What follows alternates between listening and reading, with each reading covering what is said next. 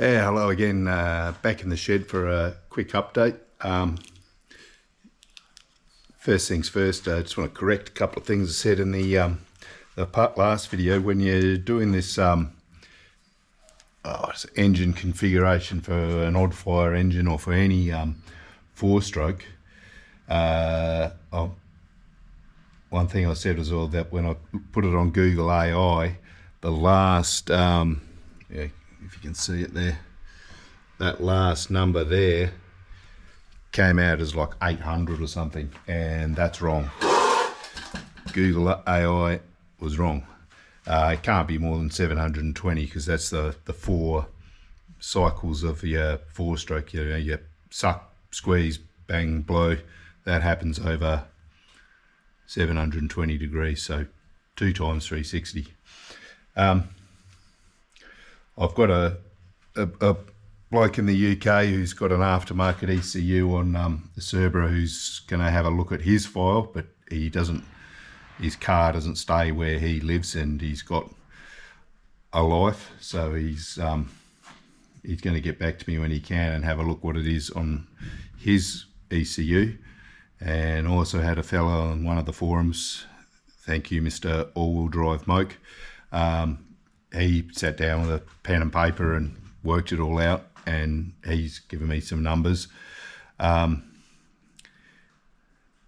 probably a little further away. I've had a couple of issues, as I said.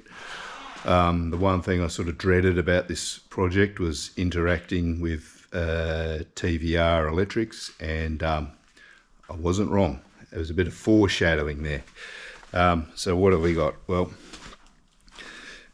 there are wiring diagrams around for the Cerbera, and they're not really, I can't seem to find the one for the ECU plug. Like there are, but they're incomplete. They've got like 10 wires going to them, and this thing had a whole lot more than 10 wires going to it, or 20. It was like a, I've got the plug around here somewhere. Where did I put it? I should have prepared this earlier. Oh yeah, here we go.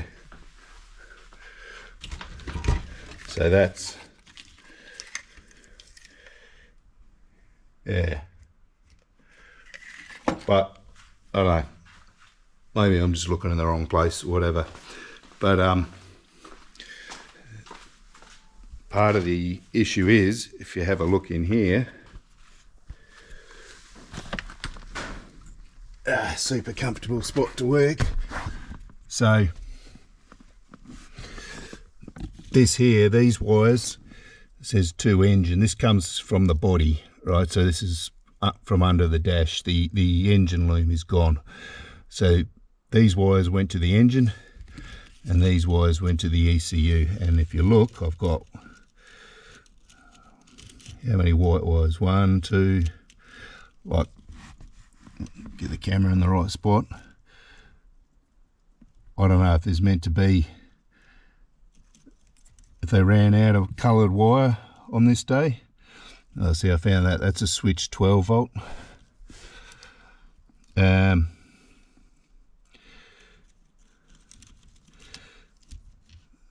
yeah, I've got 1 yellow. I mean, I've got like 4 pink. This one here, a heap of red.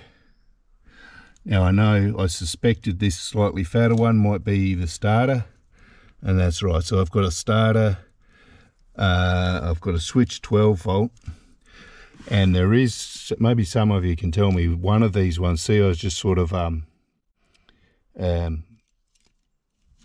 actually started stripping the ends, just trying to diagnose, because I need an air conditioning,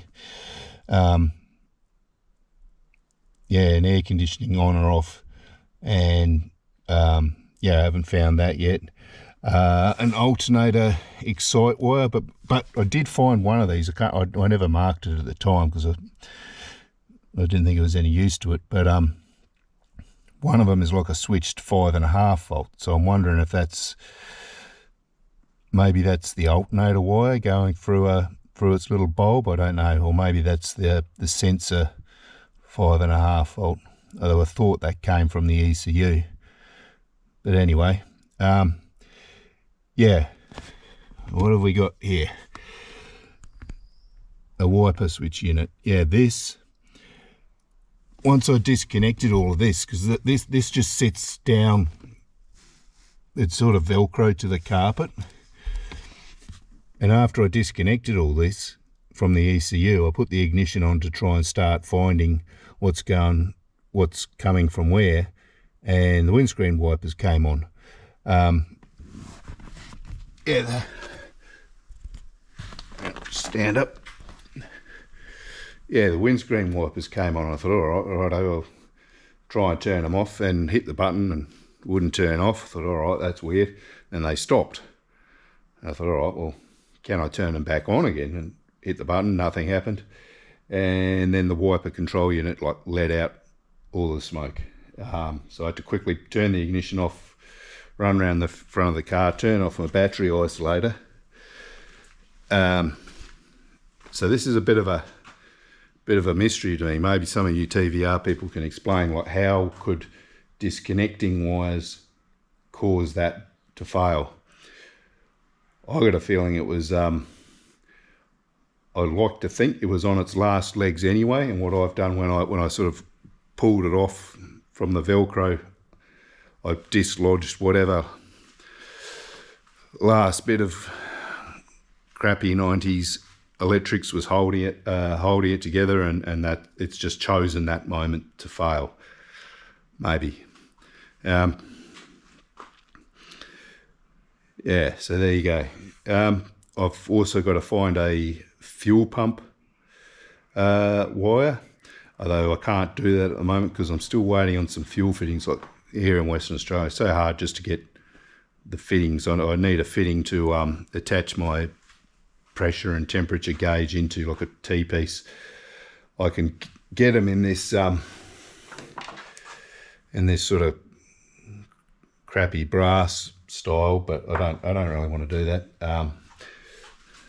So I'm waiting on the fittings, which seem to be taking forever. And I did make my coil mounts. You see that one over there. Can't say I'm over the moon with them, how they turned out, but they'll do the job. The issue I've got is I didn't want to drill more holes, so I'd already drilled 2 holes in each side and put a nutsert in there. So I didn't want to drill more holes. That was for the old original coils, so I wanted to make something that fit that, but it's as you can see, I can't take all 4 coils off at once. Well, I guess I could if I put a ratcheting spanner in there, but you kind of need to take these off to put the bottom, the fiberglass body panel in there, which is something I kind of would have liked to get away from, but I mean, it's 3D printed, so that's the beauty of 3D printing. If I don't like it, I can just come up with a different design and just make it right here in the shed. So I may do that. All right, so yeah, that's where I'm at. I'm on a plane this afternoon going to Bali for 10 days. So spend 10 days sitting by the pool thinking about this. This is what I usually do, looking stuff up on the internet. Yeah, the life of the party. All right, well, thanks for watching and see you all later.